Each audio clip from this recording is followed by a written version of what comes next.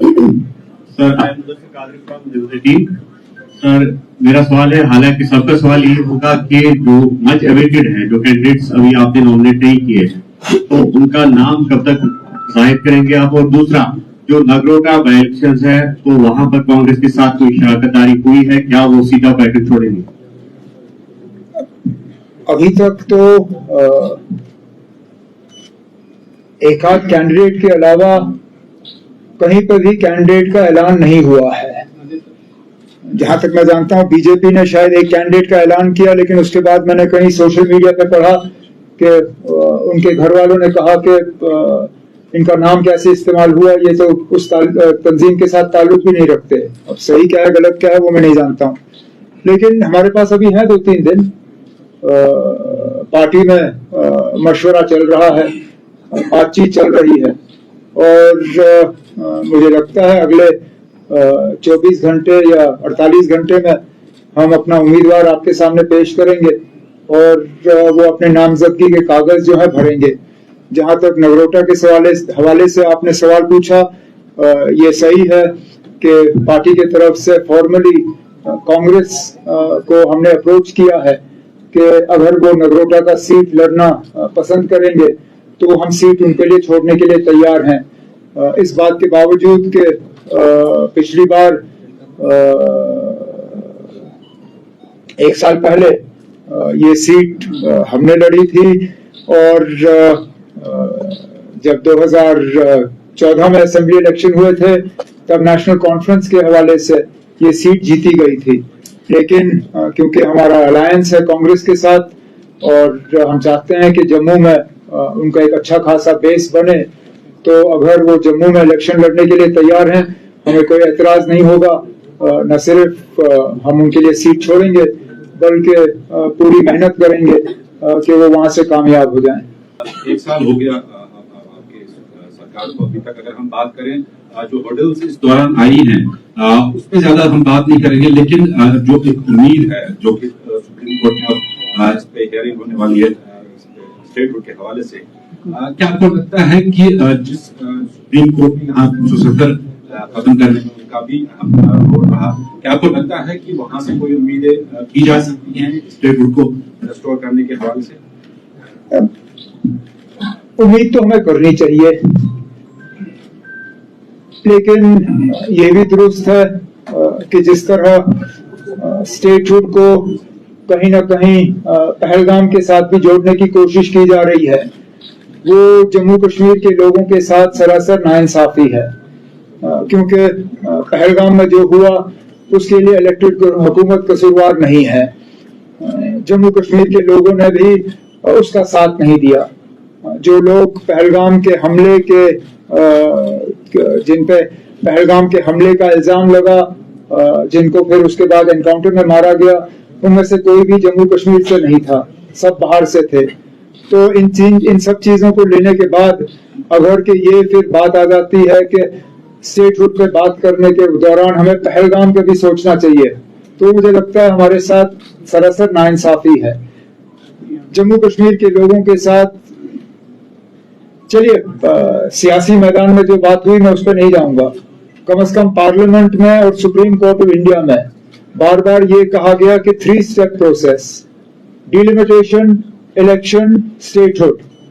उस स्टेटहुड में ये नहीं कहा गया कि कोई इफ्स होंगे, बट्स होंगे, ये होगा वो होगा। कहा कि ये 3 कदम है, 2 कदम मुकम्मल हो गए, तीसरा कदम अभी बाकी है। अब हम उम्मीद करेंगे कि वो जल्द से जल्द पूरा हो जाए और यहाँ की हुकूमत को पूरी तरह से एम्पावर किया जाए ताकि हम अपना काम जो है पूरा कर सकें। क्योंकि आपने परसों जो जम्मू में प्रेस कॉन्फ्रेंस की थी उसमें क्रिटिसिज्म काफी ज्यादा हो रहा है मीडियर्स को लेकर, तो उस पर क्या आप कुछ डिफेंड करेंगे? क्योंकि यहाँ पर देखिए ना, यहाँ पर आपने जो इलेक्शन से पहले वादे किए थे कहीं ना कहीं उसमें हमने, आप हमारा मंशूर देखिए ना, हमने कहीं मंशूर में मीटर्स को निकालने की बात नहीं की ना, कहीं पे भी नहीं। और मेरा अपना, न सिर्फ मेरा अपना ये मानना है बल्कि डिपार्टमेंट और लोगों के तरफ से भी ये रहा है कि कई जगहों पे जहां अग्रीमेंट छोड़ के मीटरिंग हुई है वहां लोगों के बिजली के बिल कम हुए हैं। मीटर लगने से बिजली का सप्लाई बेहतर हुआ है। और सबसे बड़ी बात, हमने जो अपने मंशूर में वादा किया है 200 यूनिट्स का, वो तभी मुमकिन होगा जबकि हम मीटर लगा के वो यूनिट मेजर कर सकें। अग्रीमेंट पे अगर आज मैं 200 यूनिट की बात कर भी लूं तो जिन लोगों के घर में मीटर नहीं लगे हैं उनको ये लागू ही नहीं होगा, क्योंकि हमें पता नहीं है उनके घर में कितनी यूनिट बिजली जा रही है। तो क्रिटिसिज्म जिन लोगों को करना होता है वो तो रिवायतन कर ही लेंगे, लेकिन मेरी हमेशा ये कोशिश रही है और पहले दिन से हमारी कोशिश रही कि मीटर लगाने के बाद सप्लाई में खराबी नहीं, सप्लाई में बेहतरी आनी चाहिए। लोगों को पहले बेहतर निजाम मिले, उसके बाद मीटर मिले। और पिछले साल सर्दियों के बाद, सर्दियों को लेके आप सबों ने देखा ना कि डिपार्टमेंट की तरफ से मुकम्मल कोशिश हुई कि बिजली के सप्लाई में कम से कम जो है कटौती हो, कम से कम सिस्टम जो है वो बंद रहे। इस दौरान जब फ्लड्स हुए पिछले महीने, उसमें भी डिपार्टमेंट की मुकम्मल कोशिश रही कि बिजली का सप्लाई जो है जल्द से जल्द दोबारा रिस्टोर हो। तो मैं फिर इस बात पे आता हूँ कि जिनको क्रिटिसाइज करना है वो करें, मुझे उससे कोई घबराहट नहीं। मेरी यही कोशिश है कि लोगों को कम कीमत पे बेहतर सप्लाई बिजली का मिले, और जो हमने अपने मंशूर में वादा किया है उसके लिए इंफ्रास्ट्रक्चर तैयार हो, ताकि दोनों 200 यूनिट जो है नापे जाएं और उसके बाद हम इस वादे को पूरा कर सकें। उमर साहब, आपकी जो मुखालिफ जमात है वो आपके ऊपर इल्जाम आयद करे कि एक सेकंड, आपको किसी ने बुलाया नहीं ना, जब आपको बुलाया जाएगा तब। उमर साहब, Shakir Shabir Bhat from the mandate news. आपने जम्मू प्रेस कॉन्फ्रेंस में रिमार्क दी है कि आपके रिश्तेदार है गुलकार रोड पे, उन्हें भी स्मार्ट मीटर लगा के है, लेकिन जिन लोगों ने वोट दिया उनमें गरीब आवाम भी है। गरीब आवाम ये सवाल पूछना चाहता है, इलेक्शन से पहले ये क्यों नहीं कहा गया? इलेक्शन से पहले अगर आपको भी याद होगा, ये कहा गया कि असेंबली इंतखाबात होने दीजिए, फिर देखते हैं कि कौन और कैसे स्मार्ट मीटर लगा सकते हैं। इस बारे में मैंने अभी जवाब दिया। आप क्यों अपने साथियों का वक्त जाया कर रहे हो ना?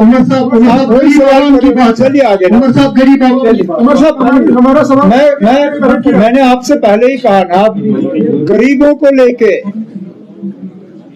हमारा ये तजुर्बा रहा है कि जो लोग ईमानदारी से अपने लोड का असेसमेंट कराते हैं, जिनमें सबसे ज्यादा गरीब लोग हैं, उनके बिजली के बिल स्मार्ट मीटर लगने के बाद कम हो जाते हैं, बढ़ते नहीं हैं। बिजली का सप्लाई बेहतर होता है।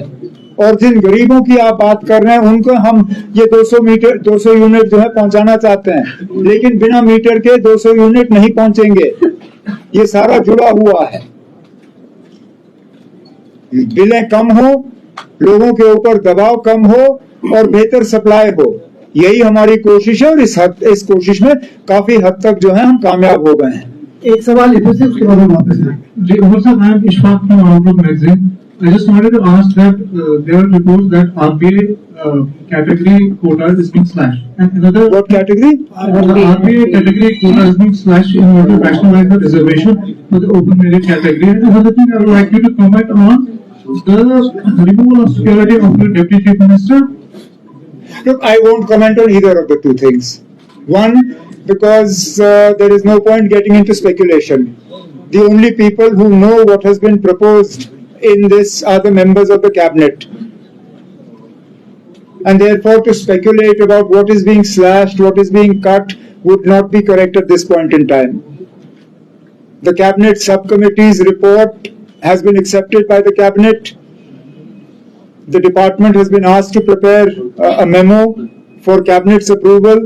This will then go to the Lieutenant Governor, as all cabinet decisions go. And therefore, for me now, before the memo has even reached the Lieutenant Governor, to start discussing the contents of that memo would be incorrect.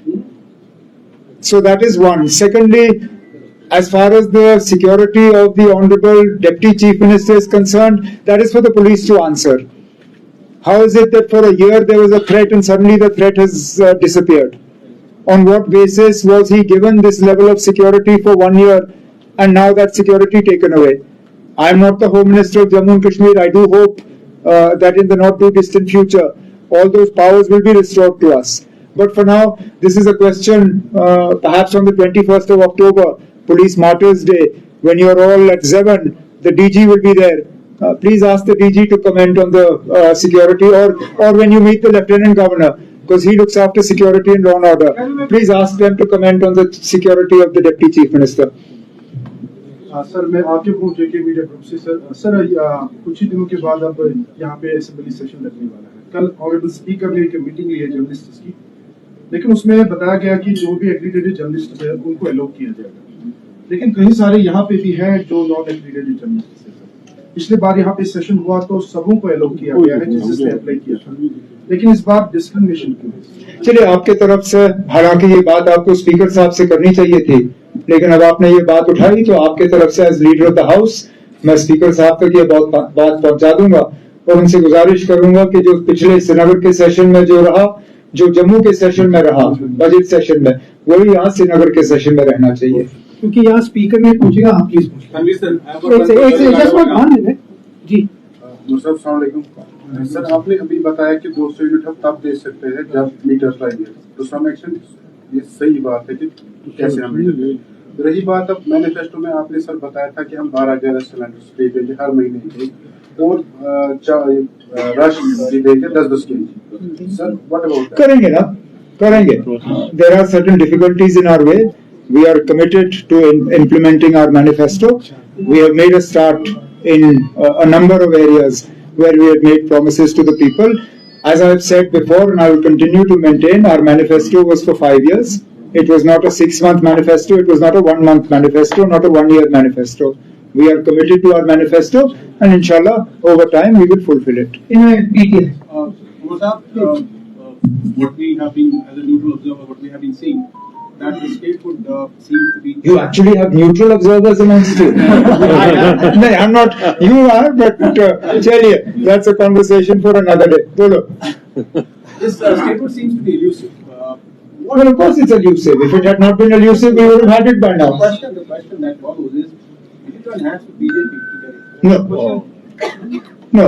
And I think if the BJP, if that is the deal that is to be struck with the people, then the BJP should be honest.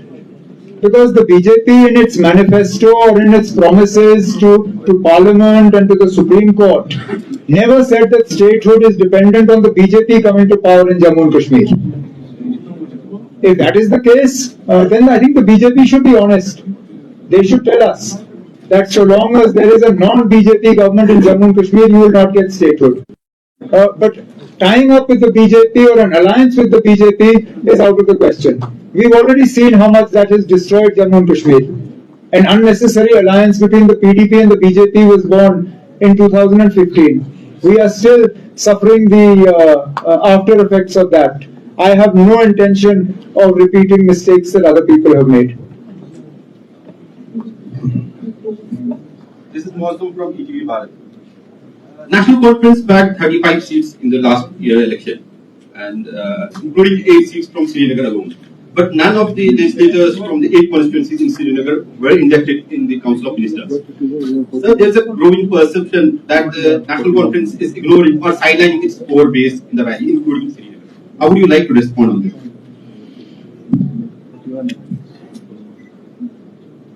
Look, it is a fact that the constraints of being a union territory and the artificially low number of ministers that we are allowed to induct does have its bearing in terms of areas and communities that can find representation within the government.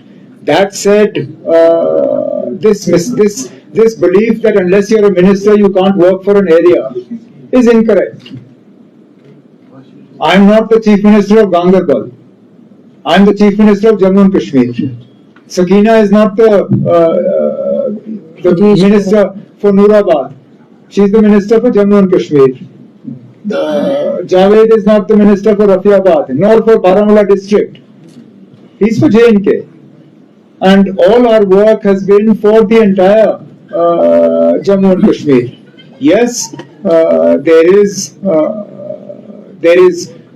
still the possibility, even within the constraints that are placed on us by being a union territory, to have a few more ministers. It's something that I'm actively considering. once the Rajya Sabha elections are behind us and the assembly session is behind us and we are done with the by-election, let's see what happens. Ishan from CNN. What I wanted to ask is that Congress Yogesh mentioned that the promises that were made that the papers are being ready and all of it has now gone there. And we've entered a second phase of state restoration in terms of where we are looking at. Is there a roadmap that is there in place, and whether you will be a legal party to the case that is? I've had conversations with very senior lawyers, both in J&K as well as in Delhi, about the possibility of becoming a party to this case as Chief Minister of Jammu and Kashmir, because I don't think anybody else understands the disadvantages that we are put to by being a union territory than I do, because I'm the only person in the entire country with the experience of being both Chief Minister of a state and Chief Minister of a union territory. So this is something that is actively being discussed with a legal team, and based on their opinion, there is a possibility that as Chief Minister, I will make myself a party to this case. Sorry, another thing the Solicitor General last time told the Supreme Court that there's a consultation happening between the state government and the union government. Yeah, I read that.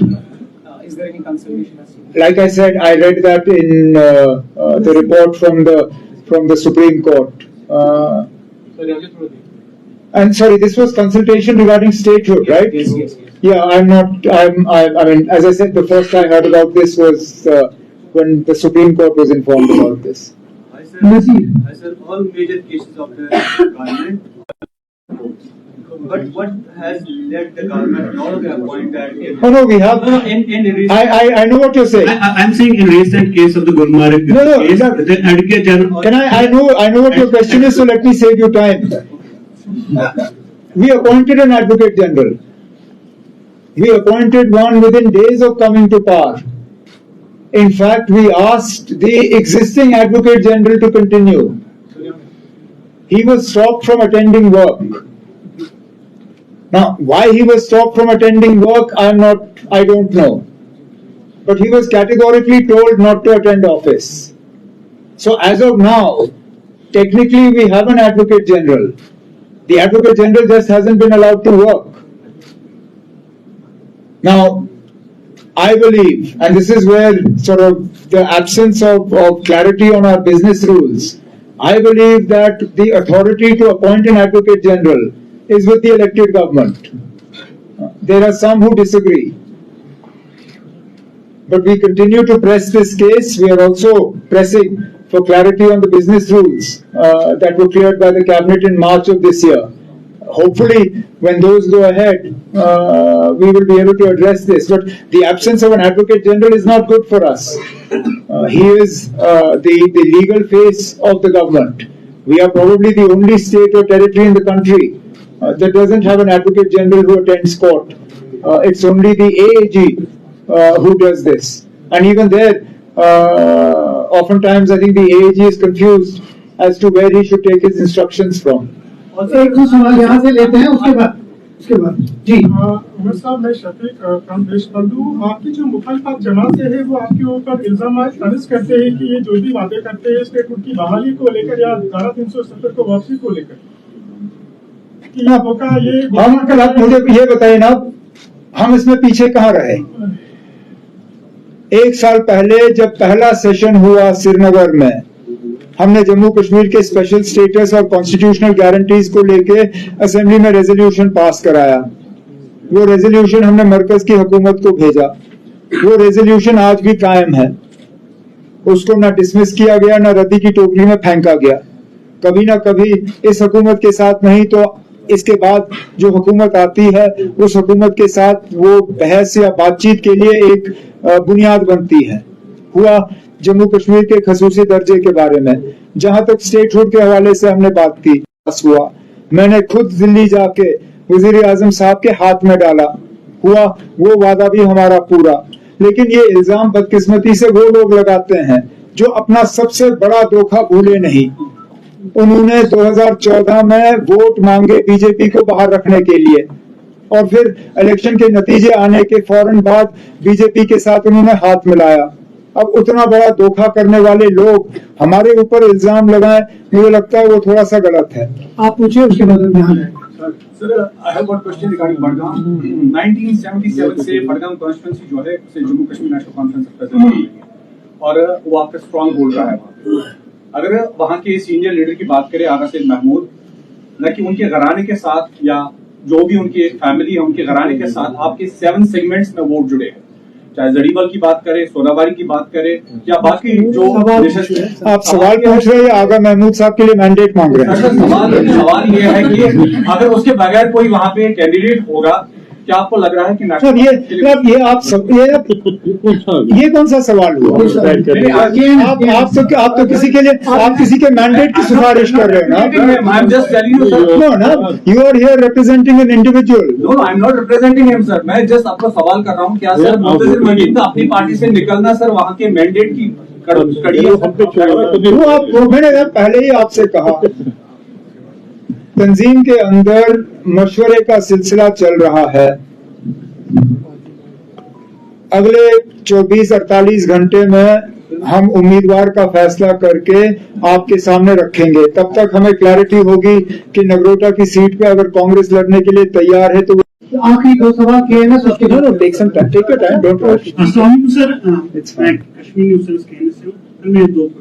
ایک بعد میں آ جائیں گے نا, میں نے پہلے کہا ایک.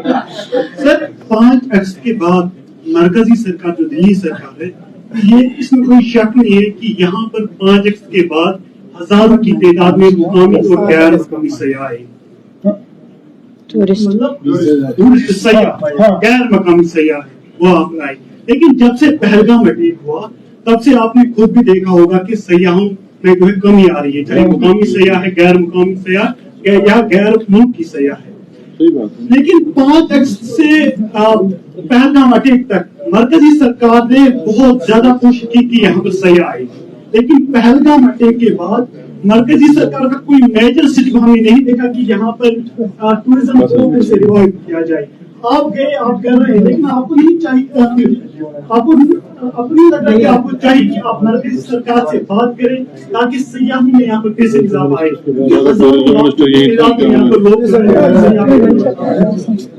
ہم اپنی جگہ کوشش کر رہے ہیں,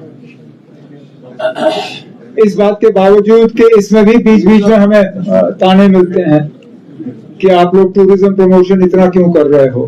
ہمیں معلوم ہے کہ لاکھوں لوگوں کے گھر اس سے چلتے ہیں اور ہم چاہتے ہیں کہ دوبارہ ٹورزم جو ہے اس مقام پہ پہنچے جو پہلگام کے حملے سے پہلے جو حالات تھے.